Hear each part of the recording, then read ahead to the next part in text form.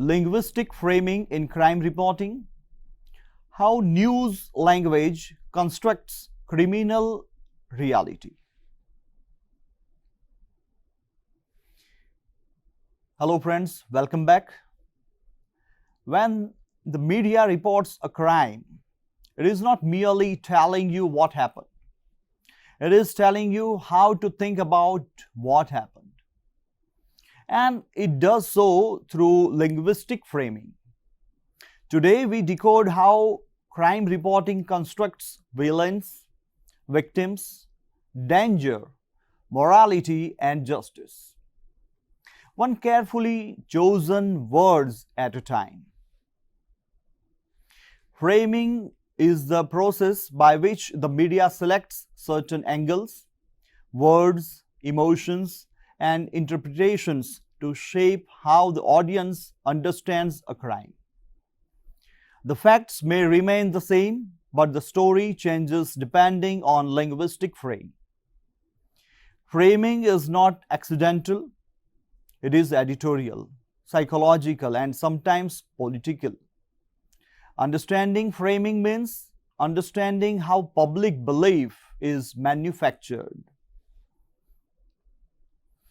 Crime reporting often uses several predictable frames. The danger frame, which makes an isolated event look like widespread threat. The hero frame, which glorifies police action. The blame frame, which assigns responsibility even before evidence emerges. The victim frame, which shapes how society perceives survivor credibility. These frames influence public fear, public anger, and public sympathy. What is our job? It is our job to detect these angles.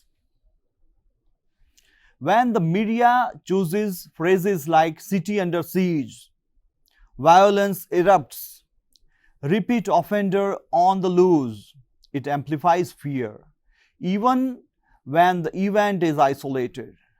This frame may increase TRP, but it also fuels panic. Words like mysterious, brutal, chilling, and shocking are emotional accelerators, not factual descriptors. We have seen in some sub judice matters, even before the final verdict have come or may come, the media trials begin. So these are the things that we have to take utmost care. Understanding this manipulation helps separate reality from rhetoric. How the victim is described determines how society feels about them. For example, she was walking alone late at night, somebody blames the victim. She was returning from work, evokes sympathy. She resisted the attack, frames her as strong.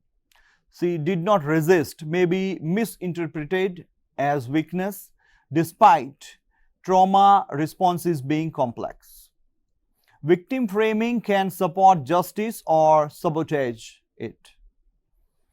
Media often frames accused individuals in loaded ways. Notorious criminal, history cheater, prime suspect, hardened offender.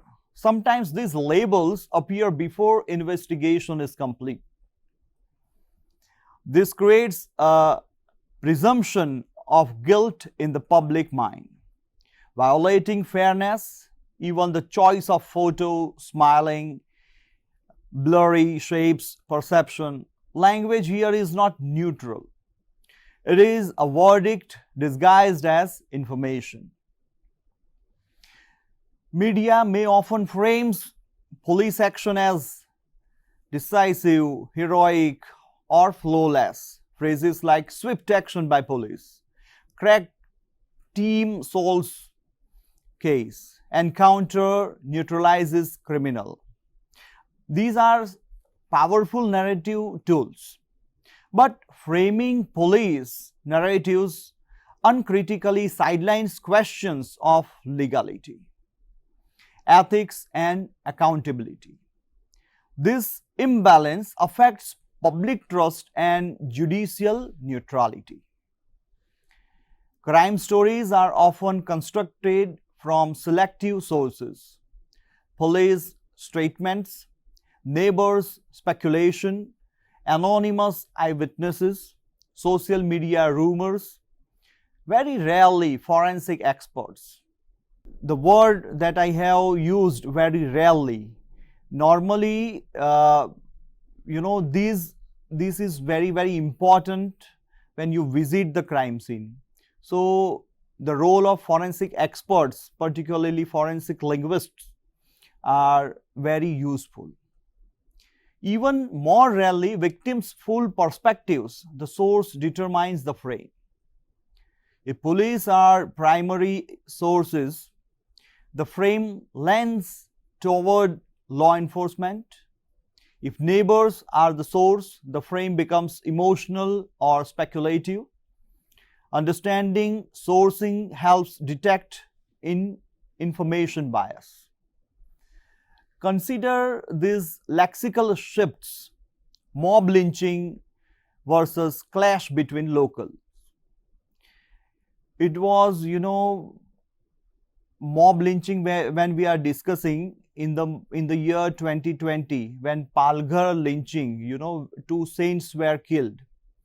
So at that time, the role of media was very important, and we have to examine that case as well, okay, for our self-study. Assault versus misbehavior, fled the scene versus left the area. Each word carries different moral weight. The media strategically selects vocabulary to intensify or soften crime. This is linguistic framing as its most powerful. During the time of Operation Sindoor, the role of media was also very important, and we have to observe, and you can also check the social media platforms at that time. It was, at the one end, it is very important news or informations were generated. On the other hand, some misinformation from outside India, that is also fired. So we have to take it and observe it very carefully. Media also uses non-verbal framing: background music in TV reporting, video slow motion, color filters, bold red banners, camera zoom-ins. All these elements construct emotional meaning before the viewer even processes language. Visual semiotics is inseparable from linguistic framing. For instance, we have 2 channels. Channel number A, which describe violent attack shocked the city, police crackdown begins. Channel number B, which is highlighting the headline, youth clash breaks out, police under scrutiny for excessive force. Event is same. 2 opposite frames, 2 opposite emotional outcomes. This shows how framing is not just about the truth, it is about perspective. Again, thank you very much for exploring the foundations of linguistic framing. In the next session, we examine how misinformation spreads through media language, and why forensic linguists is becoming essential in journalism, digital safety, and democratic resilience. Thank you very much.